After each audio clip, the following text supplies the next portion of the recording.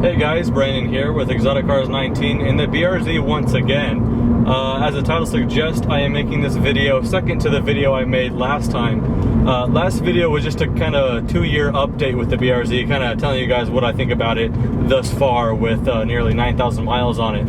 And in that video, I briefly touched on why my BRZ is stock, but I kind of put it out there to where if you guys would like to see a video on why it is stock and why I don't really plan to modify it, to let me know if you guys were interested. And a few people said that they would like to see that, so as the title suggests, that's what this video will be. Right off the bat, I could tell that this will not be a popular opinion based off how many people have asked what the next mod to the BRZ is, even though I haven't modded anything yet.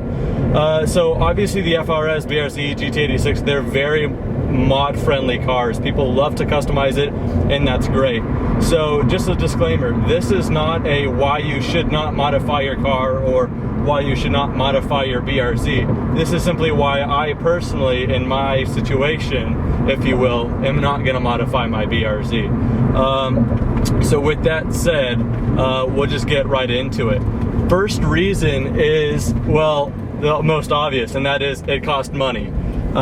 Even if people were sponsored, or if I were sponsored by part manufacturer, a certain exhaust or whatever, and the parts were free, I still don't know I would do it, and I'll dive into that and more reasons later. But yeah, the first reason is I'm more than happy to spend money for cool stuff, especially in cars. But yeah, I don't want it bad enough to spend money, and a lot of upgrades are not the cheapest thing in the world. So even if I were sponsored, I still don't know why I would do that. So let's dive into that a little bit more. So along with just modifying your car costs money and takes time, you don't get that money back. You know, not to get so financial, but you guys know this. A car, a BRZ on Auto Trader with the same mileage, same year, or there's two of them. One in the description says turbocharged, this and this coilover is lowered, this exhaust, versus stock. The stock BRZ will yield more money and sell faster. It takes a very specific type. It's almost like, I'm not saying it's exactly like this, don't get me wrong, but it's almost like trying to sell a car that a smoker was in, cigarette smoked. And so you kind of narrow your audience, or your buyers, very, very finely. And my head is very orange, I just realized. The sun's setting. But anyway, you know, if you're smoking cigarettes in your car and you're trying to resell that car, a person who smokes cigarettes themselves obviously doesn't care. But you're very, very narrow in the market. Obviously the market is a little bit bigger for you know, people who modify their cars, but it's still a tougher sell than a stock car. Because some people might have the misconceived notion or whatever that, oh, if they turbocharged it, they were probably reckless or whatever. Stock cars, I don't need to go on and on about this. Cars that were left stock from the factory sell for a higher cost and at a faster time than modified cars. So with that said, all the time and money you put into your car, you do not get that back. The third reason I personally choose not to modify my car, obviously this is going to vary if your car is new or used or whatever, but this, I did get it new, so I have the warranty and I have my free services, my scheduled oil changes, all that stuff, tire rotations, all for free. Now, not like, I don't know this too much because I didn't look into it because I didn't need to, but I think if you like modify your exhaust, you're fine. But if you start doing a whole lot of stuff, if you start, you know, you got a turbocharger or whatever, you're not going to get those same benefits of getting the brand new car. Now, obviously, if your car has no warranty or anything like that, it's an older car, you know, you don't have the same remorse or anything like that. But people ask me, why haven't you modified it? You know, add a turbo, whatever. I'm like, you know, for one, other than reasons 1 and 2, it's a new car. Let me enjoy my free services and all that stuff. I get it. Some people want to do that on their own, but hey, if it's free, you know, don't fault me there. I don't want to avoid my warranty or anything like that. So that's the other reason. Now, I've been asked about this one a little bit. Some people think that the BRZ and FRS and all that stuff, the cars like, ride just a little too high off the ground straight from the factory. They like to lower it. They like to do some things to get it just a little lower to the ground.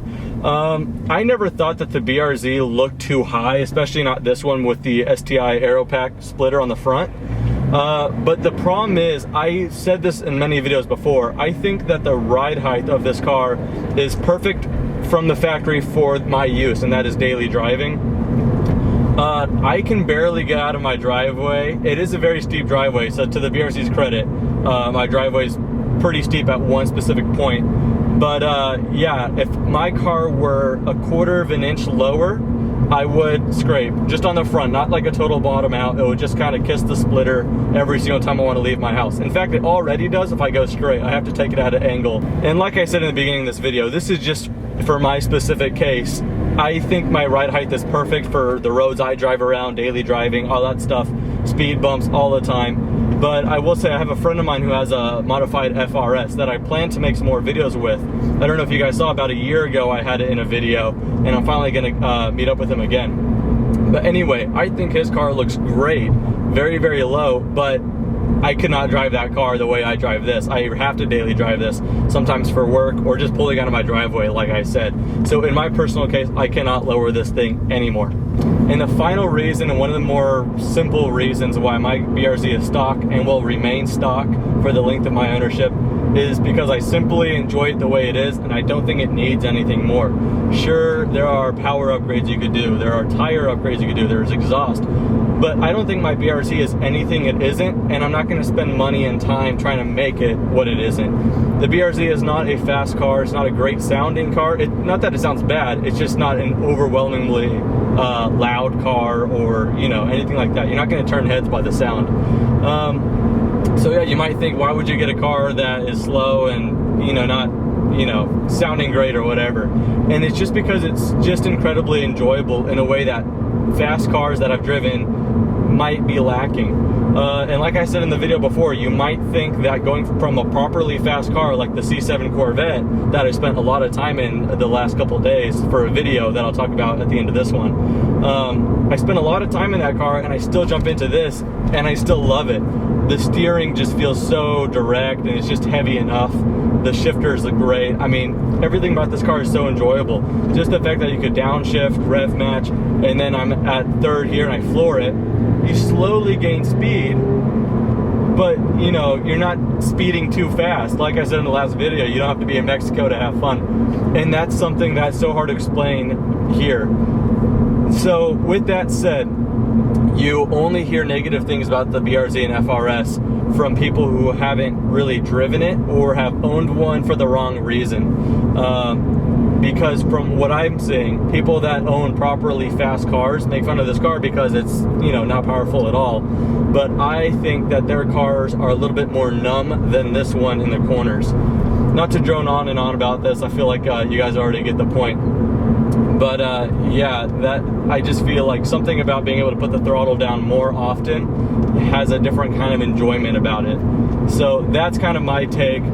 I will say though, I have a friend of mine that I already mentioned who has an FRS very modified, and we will be doing a little bit of side-by-side comparisons. We will be doing a video just about him and his car, what he's done to it, just for you guys out there who like that modification list and all that kind of stuff. But yeah, not to get too personal with this or financial, but the reason that like I haven't spent money into this, other than I won't get the money back, is because I'd rather just save my money, invest it, and then be able to get another car down the road, a car that's faster than this, even with modifications. I hope that makes sense. Instead of dumping money in this, I'd rather put that into another car that's actually fast in a couple years. So yeah guys, that's pretty much it for this video. The Corvette video I was talking about, I'm actually very, very excited about it.